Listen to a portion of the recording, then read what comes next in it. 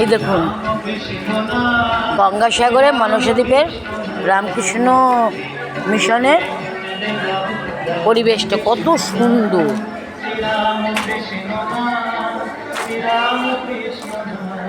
আমার তো এই পরিবেশটা ভীষণ ভালো লাগছে, কেন এখানে এত রামকৃষ্ণ এই গঙ্গাসাগরে এত কোলাহলের মধ্যেও এখানে বেশ একটা শান্ত পরিবেশ।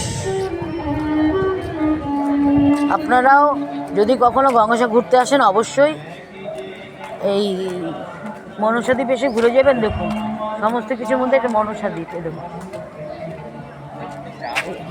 এটার নাম হচ্ছে মনসাদ্বীপ।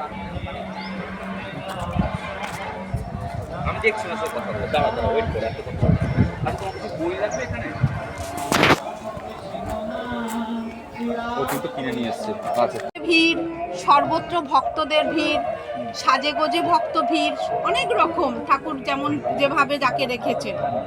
মহারাজ, আপনার কাছে প্রশ্ন, তাহলে এত অহিংসা বাণী প্রচার করেও এত হিংসা কেন সমাজে? না, এইটা হচ্ছে যে হিংসাটা হচ্ছে আমরা পিছনের কর্মফলগুলো তো জানি না, সেই জন্যে প্রারব্ধ কর্মফল বস্তু মানে প্রত্যেকটি জীব জন্মগ্রহণ করে, আর এই প্রারব্ধ কর্মফল কি সেটা আমরা জানি না। সেই জন্যে জন্মগ্রহণ করার পর আমরা কার্যে সেই ফলটা জানতে পারি। সেই জন্য শাস্ত্রে বলছে যে যদি আমরা পুরনো কর্মে এইরকম খারাপ করেছি, তাহলে এই জন্মে যে শরীর আমরা লাভ করেছি সেই শরীরে চলে আসে। হ্যাঁ, আসুন। মহারাজ, এই আশ্রমটা কবে প্রতিষ্ঠিত হয়েছিল? আমাদের মেন আশ্রমটা হচ্ছে প্রতিষ্ঠা হয়েছিল 1928 সালে। 1928 সালে। কোথায়? আমাদের এটা মনসাদ্বীপ। হ্যাঁ, এখান থেকে 8 কিলোমিটার দূরে। আচ্ছা, এটা কিভাবে যেতে হয়? এখান থেকে ধরুন টোটো বা অটো বা ছোট গাড়ি নিয়ে আপনি বলবেন রামকৃষ্ণ মিশন মনসাদ্বীপ যাব, চলে যাবে।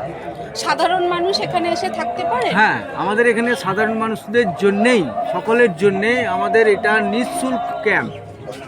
এখানে যারা আসবে তাদেরকে আমরা রাখি এবং তারা যেটুকু দেয় আমরা সেইটুকুই নিই, আমরা রাখি, খাওয়াই।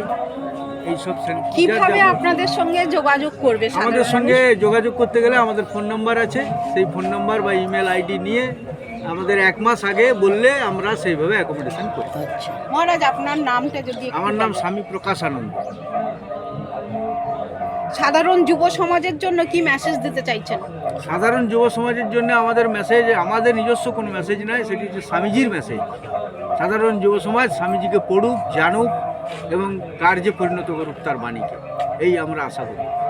অনেক প্রণাম, অনেক ভালো থাকবেন মহারাজ। নমস্কার, প্রণাম।